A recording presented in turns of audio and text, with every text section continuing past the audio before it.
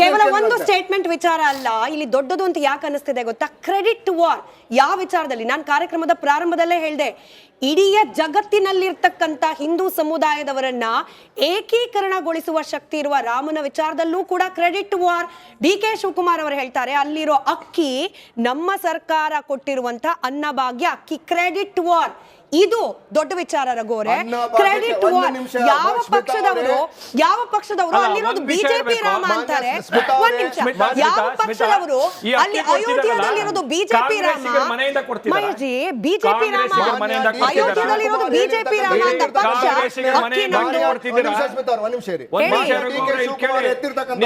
ಅಕ್ಕಿ ಈ ದೇಶದ ಬಡವರಿಗೆ ಹಸಿದ ಹೊಟ್ಟೆಗೆ ಅನ್ನವನ್ನು ನೀಡದ ಸರ್ಕಾರ ಈ ಅನ್ನಭಾಗ್ಯದ ಲೆಕ್ಕದಲ್ಲಿ ನೀವು ಏನಾದ್ರೂ ಈ ರೀತಿ ಒಂದು ಬ್ಯಾಸ್ಕೆಟ್ ಆಫ್ ರೈಸ್ ಅನ್ನ ಕೊಟ್ಟಿದ್ರೆ ಇವತ್ತು ಇಡೀ ದೇಶದ ಬಡವರು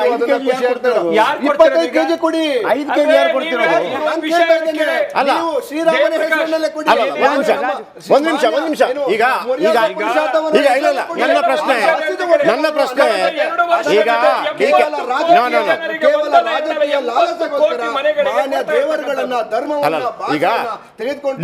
ಬಿಜೆಪಿ ಸರ್ಕಾರದ ಕೆಟ್ಟ ಚಾಳಿನ ಈಗ ಒಂದ್ ಹೇಳಿದ್ರು ಡಿ.ಕೆ. ಶಿವಕುಮಾರ್ ಅವರು, ನಾವು ಕೊಟ್ಟಾಕಿ ಅವ್ರು ಹೆಂಗೆ ರಾಜ್ಯ ಸರ್ಕಾರ ಕೊಟ್ಟಾಕಿ ಆಗತ್ತೆ? ಅವರೇ ಹೇಳ್ಕೊಂಡಿದ್ದಾರೆ 5 kg ಅಕ್ಕಿ ಕೇಂದ್ರ ಸರ್ಕಾರ ಕೊಡ್ತಾ ಇರೋದು. Number one. ಎರಡನೇದು ನೀವು ಹೇಳಿದ್ರಲ್ಲ 25 kg ಅಕ್ಕಿ ಕೊಡಿ ಅಂತ.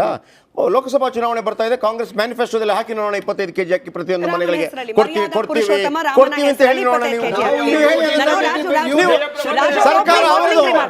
ಸರ್ಕಾರ ಬಿಜೆಪಿ ಸರ್ಕಾರ ಇದೆ, ಅವರು ನಿರ್ಧಾರ ಮಾಡ್ತಾರೆ.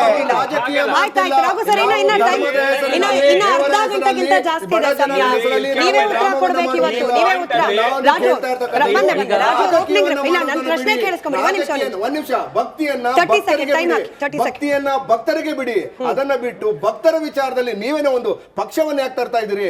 ಮಾನ್ಯ ಶ್ರೀರಾಮ ಮುರ್ಯೋಧ ಪುರುಷ ಅಥವಾ ಶ್ರೀರಾಮಚಂದ್ರ ಯಾವುದೇ ಧರ್ಮ ಭಾಷೆ ಜನರಿಗೆ ಸೇರಿದವರು, ಒಂದು ಪಕ್ಷಕ್ಕೆ ಸೇರಿದವರಲ್ಲ.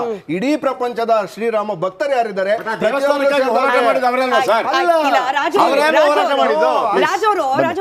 ಇವಾಗ ಡಿ.ಕೆ. ಶಿವಕುಮಾರ್ ಅವರು ಹೇಳಿದ್ರು, ಇದು ಅನ್ನಭಾಗ್ಯದ ಅಕ್ಕಿ ಒಂದ ಸರ್ಕಾರದ ಗೋಡಾನ್ಗಳಲ್ಲಿ ಇರಬೇಕು, ಇಲ್ಲಾಂದ್ರೆ ಫಲಾನುಭವಿಗಳ ಮನೆಯಲ್ಲಿ ಇರಬೇಕು. ಇದು ಎಲ್ಲಿಂದ ಹೋಗಿದೆ? ಫಲಾನುಭವಿಗಳ ಮನೆಯಿಂದ ಹೋಗಿರೋ ಅಕ್ಕಿ ಅಂದ್ರೆ ಜನರ ಖುಷಿಯಾಗಿ ಕೊಟ್ಟಿದ್ದಾರಪ್ಪ, ಮಂತ್ರಾಕ್ಷತೆ ಮಾಡಿ ಅಂತ. ಇಲ್ಲ ಸರ್ಕಾರದ ಗೋಡೌನಿಂದ ಹೋಗಿದ್ರೆ ಕಾಂಗ್ರೆಸ್ ಸರ್ಕಾರನೇ ಕೊಟ್ಟಿರ್ಬೇಕು ಅಕ್ಕಿ. ಇವ್ರ ಹೇಳಿಕೆಯಲ್ಲೇ ದ್ವಂದ್ವ ಇಲ್ವಾ? ಇವ್ರ ಹೇಳಿಕೆಯಲ್ಲೇ ಗೊಂದಲ ಇಲ್ವಾ?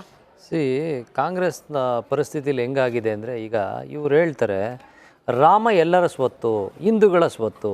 ನೋಡಿ, ಎಲ್ಲ ಪಕ್ಷದಲ್ಲೂ ಒಂದು ನಿಮಿಷ ಇರ್ರಿ, ಇಲ್ಲ ನಾವು ಮಾತಾಡ್ತೀನಿ, ಇಲ್ಲ ನೀವು ಮಾತಾಡಿ, ನಮ್ಗೆ ಕಳ್ಸಿಕೊಟ್ಬಿಡಿ, ನೀವೊಬ್ಬರೇ ಮಾತಾಡಿ, ಪರವಾಗಿಲ್ಲ. ಏನು ನಾನು ನಿಮ್ಮ ಕೈಲಿ ಹೇಳ್ಸ್ಕೊಂಡು ನಾನು ಮಾತಾಡ್ಬೇಕು ಅಂತೇನಿಲ್ಲ. ನಾನು ನನ್ನ ಪಕ್ಷನ ನೀವು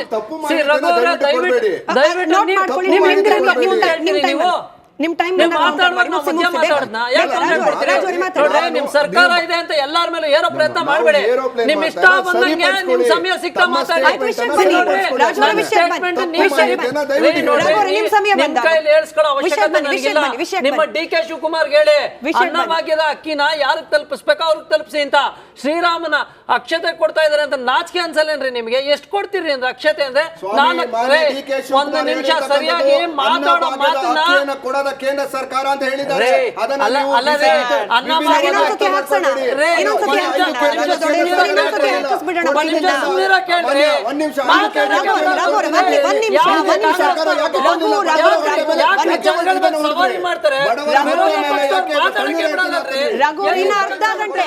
ಅರ್ಧ ಗಂಟೆ ಟೈಮ್ ಇದೆ. ಅವ್ರು ಒಂದ್ ನಿಮಿಷ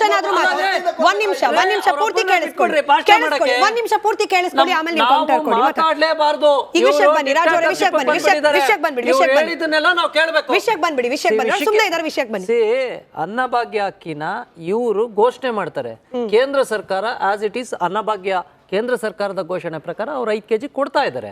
ನೀವು ರಾಜ್ಯ ಸರ್ಕಾರದವರು ನಿಮಗೆ ಆ ಕೆಪಾಸಿಟಿ ಇಲ್ಲ ಅಂದ್ರೆ ನೀವು ಯಾಕೆ ಅನೌನ್ಸ್ ಮಾಡಿದ್ರಿ ಅನ್ನೋದು ನಿಮ್ಮನ್ನ ನೀವು ಒಂದ್ಸತಿ ಪ್ರಶ್ನೆ ಮಾಡ್ಕೊಳ್ಳಿ. ನಮ್ಗೆ ಅಕ್ಕಿ ತರೋ ಕೆಪಾಸಿಟಿ ಇಲ್ಲ ಅಂದಮೇಲೆ ನಿಮ್ಮ ಮುನಿಯಪ್ಪನವ್ರು ಏನ್ ಮಾಡ್ತಾರೆ, ನಾನು ಜಾರ್ಖಂಡ್ಗೆ ಹೋಗ್ತಾ ಇದ್ದೀನಿ ಅಕ್ಕಿ ತರಕ್ಕೆ, ಆಂಧ್ರಾಗ ಹೋಗ್ತಾ ಇದ್ದೀನಿ ಅಕ್ಕಿ ತರಕ್ಕೆ, ಮಧ್ಯಪ್ರದೇಶಕ್ಕೆ ಹೋಗ್ತಾ ಇದ್ದೀನಿ ಅಕ್ಕಿ ತರಕ್ಕೆ ಅಂತೇಳಿ ಟ್ರಿಪ್ಗಳು ಹೊಡೆದ್ರಲ್ಲ, ಅದ್ರ ದುಡ್ಡು ಯಾರ್ದು ಅಂತ ಕೇಳ್ಕೊಳ್ಳಿ. ಅದನ್ನೇ ನಾವೇನು ಬೇರೆ ಪ್ರಶ್ನೆ ಮಾಡ್ಲಿಕ್ಕೆ ಹೋಗಲ್ಲ.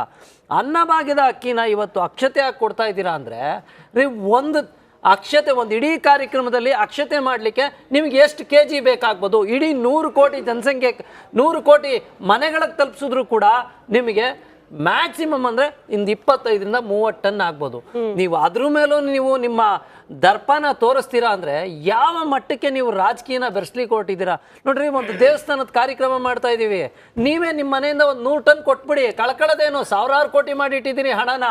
ನಾನು ಹೇಳೋದು ಅದನ್ನು ಬಿಟ್ಬಿಟ್ಟು ನೀವು ಅನ್ನಭಾಗ್ಯದ ಅಕ್ಕಿ ಅಂದ್ರೆ ಬಡವರು ಕೂಡ ಅಕ್ಕಿನ ತಗೊಂಬಂದು ನೀವು ಇಲ್ಲಿ ಸಮ್ಮಿಳಿತ ಮಾಡಕ್ ಹೋಗ್ತೀರಾ ಅಂದ್ರೆ ನಿಮ್ಮ ಮನಸ್ಥಿತಿ ಯಾವ ಮಟ್ಟಕ್ಕೆ ಕೆಡಿಸ್ಕೊಂಡಿದ್ದೀರಾ ಅನ್ನೋದನ್ನ ನಿಮ್ಮ ಮಾತುಗಳ ಬಿಜೆಪಿ ಮನಸ್ಥಿತಿ ಬಗ್ಗೆ ಪ್ರಶ್ನೆ ಮಾಡಿದ್ರು.